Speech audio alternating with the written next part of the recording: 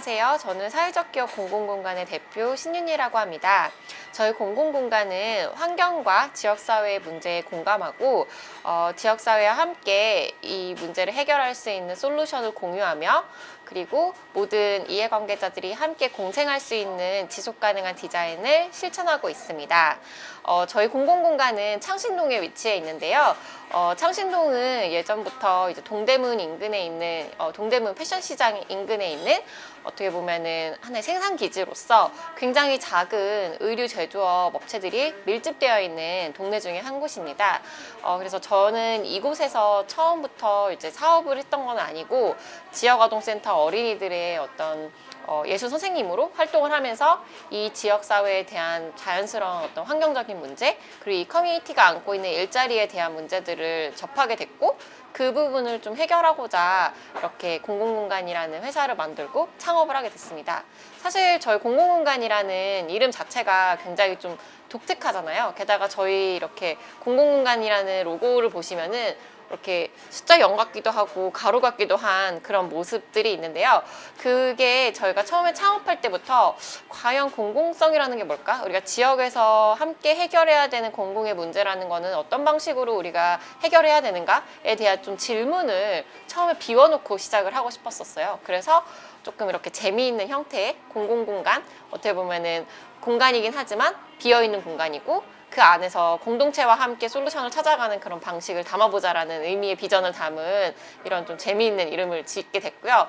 지금은 저희가 활동을 한 8년 동안 해오면서 어떤 가치들로 채워가고 있을까라고 생각했을 때 아까 말씀드렸던 어떤 서로의 문제, 환경의 문제, 그리고 지역사회의 문제에 공감하고 그 문제들을 함께 공유하고 솔루션을 공유하고 하면서 함께 공생하는 디자인을 하는 것, 그게 우리가 생각하는 공공성이자 공공공간에서 실천하는 지속가능한 디자인이라고 생각합니다. 사실 이 창신동에 대해서는 들어보신 분들이 있으실 수도 있고 없으실 수도 있는데 동대문은 누구나 한 번쯤 와보셨을 거예요. 사실은 동대문 하면은 약간은 올드한 동네가 생각나실 수도 있고 옛날에 뭐야 두타에 옷을 사러 갔었는데 약간 이런 거를 생각하실 수도 있고 아니면 DDP 지금은 좀 DDP로도 많이 생각하실 수 있는데 예전부터 굉장히 많은 패션 도매 시장부터 소매 시장까지 몰려있는 어떻게 보면 한국 내에서 그리고 아시아에서 가장 대표적인 패션 시장이기도 하죠. 근데 저도 이 동네에 와서 아이들을 가르치기 전까지만 해도 아직까지 한국에서 옷이 만들어지고 있다는 것 자체를 몰랐던 것 같아요. 그러면서 옷이 어떻게 만들어지는지, 어떤 환경에서 만들어지는지, 그리고 누가 내 옷을 만드는지 이런 것들을 전혀 모른 채 저도 되게 빠르게 소비를 하고 또 옷장을 열었는데 뭐 살 게 없네? 이러면서 되게 많이 좀 너무 쉽게 사고 쉽게 버리는 그런 소비 패턴에 젖어 있었던 것 같아요. 근데 제가 이 지역에 지역 아동센터 어린이들을 가르치기 시작하면서 사실은 제가 가르쳤던 아이들의 대부분의 부모님들이 봉제 공장을 운영을 하셨거든요. 그래서 그 운영하시는 것들을 옆에서 보면서 이런 환경에서 옷이 만들어지는구나. 그리고 옷이 만들어질 때 생각보다 굉장히 많은 양의 어떤 자투리 천들이 패턴의 어떤 부유물로서 버려지는구나라는 것들을 직접 골목길에서 알게 됐어요. 사실 제가 아이들이랑 이런 클래스를 끝내고 나서 예술 프로그램 끝내고 나서 이제 막 걸어 내려올 때면 항상 100리터짜리 쓰레기 봉투가 너무 골목 가득가득 쌓여 있는 거예요. 그래서 사실 저한테는 굉장히 좀 의문이었었어요. 도대체 왜 이렇게 많은 100리터짜리 쓰레기 봉투가 이 동네에 가득한 걸까? 이 좁은 골목길에. 그리고 그것들이 정말 산처럼 이렇게 쌓여 있는 걸까? 이런 의문이 있었는데 그게 다 그런 옷이 만들어지는 봉제 공장들에서 어떻게 보면은 원단을 이제 자르고 나서 남은 자투리 천들이라고 하더라고요. 그래서 처음에는 되게 그 쓰레기 봉투 보는데 예쁘다라는 생각이 먼저 들었었어요. 그리고 두 번째는 너무 아깝다. 저게 다 새 천들인데 저걸 어떻게 활용할 수 있는 방법이 없을까? 이런 생각이 들면서 제가 아이들이랑 이제 예술 수업을 했다 그랬잖아요. 그래서 아이들이랑 사용하는 예술 수업의 재료로도 활용을 해보고 하면서 생각보다 옷의 어떤 원단의 어떤 특징들도 너무 잘 알 수 있고 해서 되게 좋았었거든요. 그래서 이것들을 조금 더 우리가 일반 소비자들한테도 알리면서도 의미가 있는 디자인 제품으로 만들 수 있지 않을까라고 해서 아이들이랑 같이 함께 이런 좀 워크숍들을 진행했어요. 우리가 이것들로 어떤 것들을 만들어 볼 수 있을까라고 해서 그래서 처음에 만들었던 게 사실 쓰레기 봉투를 저희 공간으로 옮겨오면서 너무 무거운 거예요. 이게 거의 한 진짜 한 100리터짜리 쓰레기 봉투가 의류 원단으로 가득 차면은 진짜 한 60kg 이 정도 나가거든요. 그래서 그거를 낑낑거리고 들고 오면서 중간에 너무 힘들어서 그 쓰레기 봉투에 앉았었어요. 근데 생각보다 굉장히 편안하더라고요. 그래서 그 아이디어에서 좀 착안을 해서 우리 이게 하나의 좀 충전재가 돼서 앉을 수 있고 사용할 수 있는 자투리 쿠션을 만들어 보면 어떨까라고 해서 이렇게 좀 잘게 천들이 뭉치지 않게 자르고 그것들을 넣어가지고 그것들이 어떻게 보면 쓰레기 봉투라는 좀 불투명한 어떤 비닐 재질의 폴리우레탄 재질의 어떤 케이스들을 쓰레기 봉투에서 레퍼런스를 얻어가지고 제작하는 계기가 됐어요. 그래서 지금 여기 앞에 보이는 이 제품 자체가 저희가 만들었던 이제 자투리 쿠션인데요. 보시면은 이렇게 원단들이 다 이렇게 잘라져서 들어가 있어요. 그리고 이런 부분들 자체가 되게 저는 계절성을 보여줄 수 있는 어떤 아이템들이라고 생각을 했거든요. 그러니까 왜 그러냐면 이 자투리 천들을 보면은 이 옷들이 봄옷이구나, 여름옷이구나, 그리고 이번 봄에는 어떤 원단들이 유행하는구나 라는 것들을 볼 수 있는 너무 재밌는 지표 중에 하나인 거예요. 요즘에는 원피스를 만들고 계시는구나, 요즘 원피스들은 다 이런 무늬가 유행하고 있구나, 이런 것들을 사실 지금 시대의 트렌드, 그리고 이분들이 얼마만큼 일을 하셨는지 알 수 있는 되게 재밌는 어떤 하나의 매테리얼인 거죠. 그래서 저희가 이 자투리 쿠션을 하나의 좀 시작으로 해가지고 지역에 계시는 많은 봉제공장 사장님들과 협력하게 되는 계기가 됐어요. 그리고 이것들에 대한 스토리들을 담아서 우리가 옷을 입을 때 이렇게 옷을 만들 때 굉장히 많은 양의 자투리들이 벌어지고, 그리고 이런 것들이 또 지역사회에서는 하나의 문제가 되고 있다라는 것들을 이야기를 하면서 조금 카드뉴스 형식으로 많은 분들이 좀 공감하실 수 있게 이야기를 하는 첫 번째 저희의 디자인 상품이 이렇게 만들어지게 되었습니다. 네. 이렇게 저희가 이 첫 번째 제품을 만들면서 지역에 계시는 많은 봉제하시는 분들을 만나고, 그리고 그분들이 협력하게 되면서 오히려 그분들이 어떤 환경에서 일하는지, 그리고 이분들이 지금 일거리가 어떻게 지금 돌아가고 있는지를 좀 옆에서 관찰하게 되는 좀 계기가 됐어요. 그러면서 생각보다 한국에서 제조업이라는 것 자체가 굉장히 많이 쇠락하고 있구나라는 것들을 좀 옆에서 보게 됐거든요. 그러면서 좀 이분들과 그냥 단순히 이렇게 만들 때 나오는 어떤 폐기물을 활용한 업사이클링 제품을 만드는 것뿐만 아니라 이분들에게 지속 가능한 일거리를 주는 것 자체가 되게 중요하겠다라는 생각을 하게 됐어요. 사실 그 생각을 하게 된 가장 큰 계기 중에 하나는 저희가 이 자투리 쿠션이 생각보다 그렇게 카드뉴스를 만들고 많은 분들이 호응을 해주시면서 많은 분들이 또 주문을 해주셨거든요. 그래서 저희가 이제 지역에서 이런 것들을 만들면서 막 돌아다니면서 파트너십을 만들고 다닐 때, 한 300개, 500개 이런 주문들이 들어와서 막 정말 열심히 파트너를 찾으러 다녔었어요. 공장 사장님들을. 근데 딱 어떤 시즌이 되니까 일이 전혀 없는 비수기의 시즌이 시작이 되더라고요. 그러고서 이제 또 비수기가 길어지고 있다, 되게 힘들다 요즘에, 이런 얘기들을 많이 들으면서 이게 비단 폐기물에 대한 문제가 아니라 옷이 만들어질 때 전 과정에 대해서 우리가 한 번 정도 더 살펴볼 필요가 있겠다라는 생각을 하게 됐어요. 왜냐면 저도 사실 이 동네 오기 전까지 어떤 방식으로 옷이 만들어지는지, 누가 만들고 있는지, 그리고 이분들이 이 옷을 한 벌을 만들 때 얼마만큼의 임금을 받으시는지 전혀 몰랐거든요. 그래서 좀 저 스스로의 소비 패턴을 반성하게 되는 계기도 됐었어요. 그래서 어떻게 하면은 이게 처음에 디자인 제품으로 개발될 때부터 환경적인 가치를 만들면서 그 과정에서 만드는 모든 사람들, 이해관계자들이 함께 같이 좀 잘 살아갈 수 있는 그런 구조들을 만들어 볼까라는 거에 조금 더 제가 공감을 하게 됐고, 어떻게 하면 그런 물건들을 만들 수 있을까라고 해서 제로 웨이스트라는 개념을 좀 생각하게 됐어요. 이거는 제가 처음부터 만들어냈던 개념은 아니고요. 사실 제가 이렇게 지역에 있으면서 여러 패션에서의 어떤 문제들을 이런 의류 산업에 있어서, 의류 봉지 산업에 있어서의 문제들을 알게 되면서 어떻게 하면은 이것들을 해결할 수 있을까? 이거를 미리 해결했었던 다른 좋은 사례들은 없을까? 막 찾아다니면서 제로 웨이스트라는 개념을 알게 됐어요. 그래서 아예 옷을 만들 때부터 어떤 버려지는 이런 자투리천이 없는 그런 디자인을 하고, 그리고 조금은 제가 그 디자인을 처음에 들었을 때 우리가 생각하는 어떻게 보면은 좀 이상향에 가까운 디자인 구조를 만들어 볼 수 있겠다. 그리고 그 구조에서 조금 더 지역에 계시는 봉제 하시는 분들과 협업을 하면서 고부가 가치의 어떤 일들을 드릴 수 있도록 우리가 한번 이 디자인의 전 과정을 제로 웨이스트 디자인 프로세스라고 해서 한번 만들어 보자라고 이제 결심을 하게 됐습니다.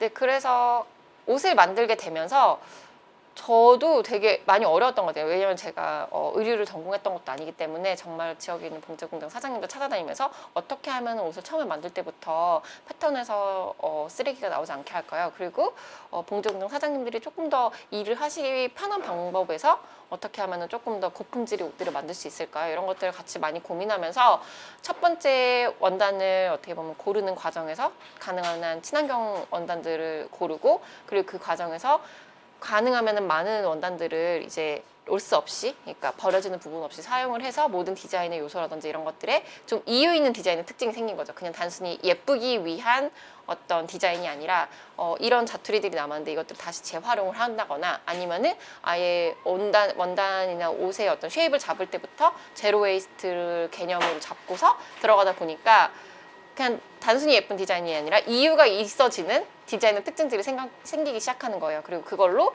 비수기 때 이 지역에 계신 분들과 조금 더 긴밀하게 소통하면서 이분들에게 좀 부가적인 일자리를 창출할 수 있는 그런 이제 프로세스를 하면서, 소비자분들 때는 어떻게 하면 조금 더 쉽게 제로 웨이스트를 이해시키면서 같이 함께 이렇게 소비와 함께 이런 모든 생산들이 맞물려 있다는 것들을 좀 전달할 수 있을까에 많이 초점을 맞춰서 저희의 뭐 마케팅이라든지 이런 좀 브랜드 커뮤니케이션을 진행을 했었습니다. 근데 그러면서 사실은 굉장히 제가 좀 들었던 생각은, 저희의 하나의 단일 브랜드만으로는 이 지역에 엄청나게 많은 봉제공장 사장님들이 계시고 이미 이 엄청나게 많은 의류나 이런 제조업에 계시는 분들이랑은 다 같이 협력하기에는 굉장히 어려울 수 있겠다라는 생각을 좀 하게 됐어요. 그래서 어떻게 하면 우리가 이런 좀 단일 브랜드로만 마치 저희가 이 하나의 제로 웨이스트 자체가 작은 어떤 브랜드로서 계속 투비꼴로 유니클로가 될 수 없다는 생각이 들어서, 어떻게 하면은 그런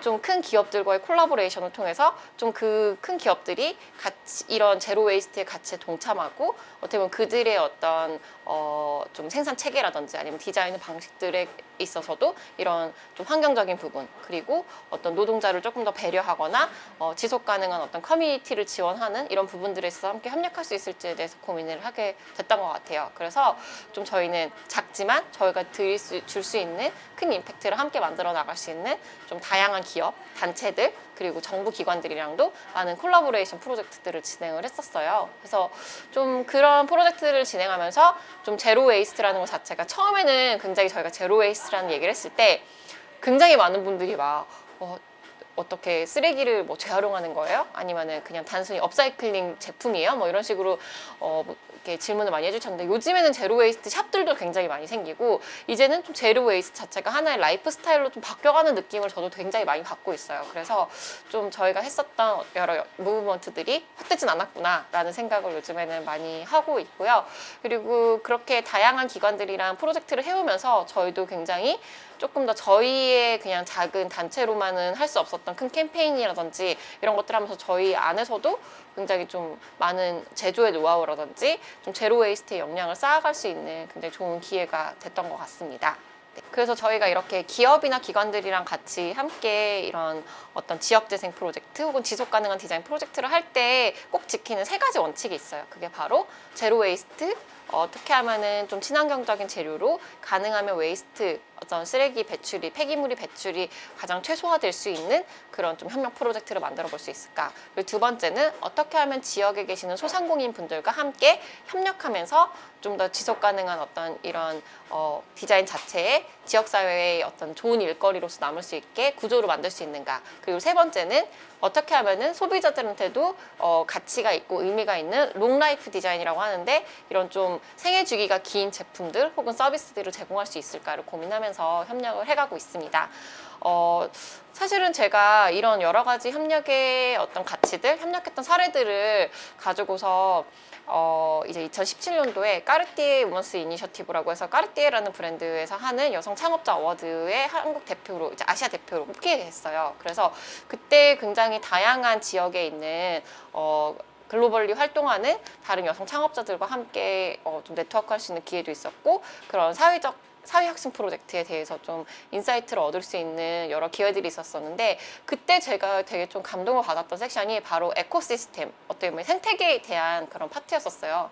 그러니까 결국에는 이런 사회적인 임팩트가 있는 비즈니스 자체는 어떤 하나의 그냥 뭐 서비스, 하나의 제품 이런 것들보다 어떤 생태계 안에서 우리가 다양한 이해관계자들과 함께 성장할 수 있는 구조로 만드느냐가 되게 중요하다라는 얘기였었는데요. 저는 그런 어떤 이야기들을 들으면서 어떻게 하면 우리가 만들었었던 이런 제로 웨이스트의 노하우들 혹은 다양한 어떤 이런 기업들과 가치들을 쉐어하면서 임팩트를 키워가는 것들을 일반인들 혹은 조금 더 제가 어떻게 보면은 창작자로서 활동해오면서 느꼈었던 여러 한계들을 안고 있는 다른 창작자분들, 여러 신진 창작자분들, 청년 창작자분들이 좀 더 쉽게 사용할 수 있는 툴로 제공할 수 있을까에 대해서 생각했던 것 같아요. 결국 저는 이런 환경적인 임팩트 혹은 지역사회에 좀 좋은 영향을 주는 임팩트들은 더 많이 참여할수록 결국에는 더 임팩트가 커진다고 생각하거든요. 그래서 사실은 저희가 그 까르띠에 우먼스 이니셔티브 이후로 좀 새로운 서비스를 기획을 하게 됐어요. 위드 굿즈라고 조금 더 쉽게 어떤 재고품을 만드는 게 아니라 바로 실제 수요가 있을 때 생산을 해서 발행을 할 수 있는 그런 좀 스마트 팩토리와 연결된 제조 시스템을 플랫폼화해서 누구든지 온라인으로 쉽게 제조를 할 수 있고 그 과정에서 환경적인 폐기물이나 이런 것들이 최소화될 수 있는 솔루션들을 저희가 제공해드리는 그런 플랫폼을 지금 운영을 하고 있고요. 그러면서 조금 제가 든 생각은 결국에 저희의 비즈니스의 과정들이 처음엔 패션회사에서 교육회사에서 시작했다가 패션회사로 갔다가 지금은 어떻게 보면 IT 플랫폼으로까지 이제 진화를 하면서 겪어온 과정들이 어떻게 하면 이 임팩트들에서 조금 더 많은 사람들이 참여하고 같이 공감하면서 이 어떤 소비의 형태로든 아니면 제조의 형태로든 동참하게 할까를 되게 많이 고민하면서 저희 공공공간은 계속 좀 성장을 해왔던 것 같아요.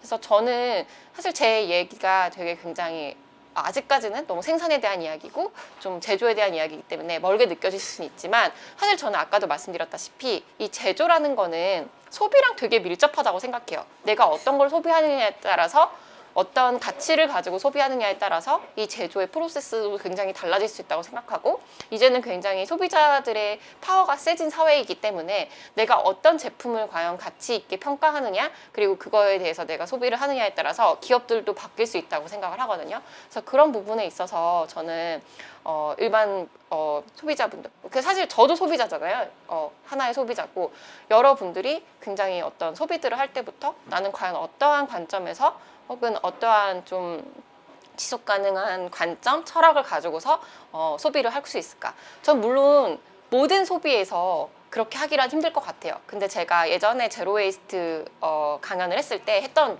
얘기가 있는데 저는 모든 옷장이 제로웨이스트 디자인으로 채워져야 된다고 생각하진 않는다. 하지만 내가 옷을 한번 살 때 굉장히 그런 제로웨이스트에 대한 어떤 고민들을 한번 하고 그리고 그런 어떤 인식의 전환을 만드는 게 저희가 하는 역할인 거고 그런 인식의 전환들이 지속적으로 뭔가 확장되고 많은 사람들이 동참할 때 더 큰 기업들 지금 어떻게 보면은 굉장히 많은 좀 네거티브한 임팩트를 만들고 있는 기업들도 우리가 더 이상은 이런 방식이 아닌 다른 방식으로 좀 더 전환을 해야겠다라고 하는 하나의 좀 변곡점을 만들어내는 게 저희들의 역할이라고 생각해요. 근데 그 역할의 가장 좀 중심에 계신 분들은 저는 일반 고객분들이라고 생각하시거든요. 그래가지고 그런 부분에서 조금 더 지속 가능한 철학에 대해서 좀 생각하는 소비에 대해서 같이 생각하는 계기가 되었으면 좋겠습니다. 네, 저는 이런 사회 문제, 환경 문제에 공감하면서 서로의 솔루션을 공유하고 그리고 그것들을 통해서 지역사회 함께 공생하는 디자인을 실천하고 있는 공공공간의 신윤이었습니다.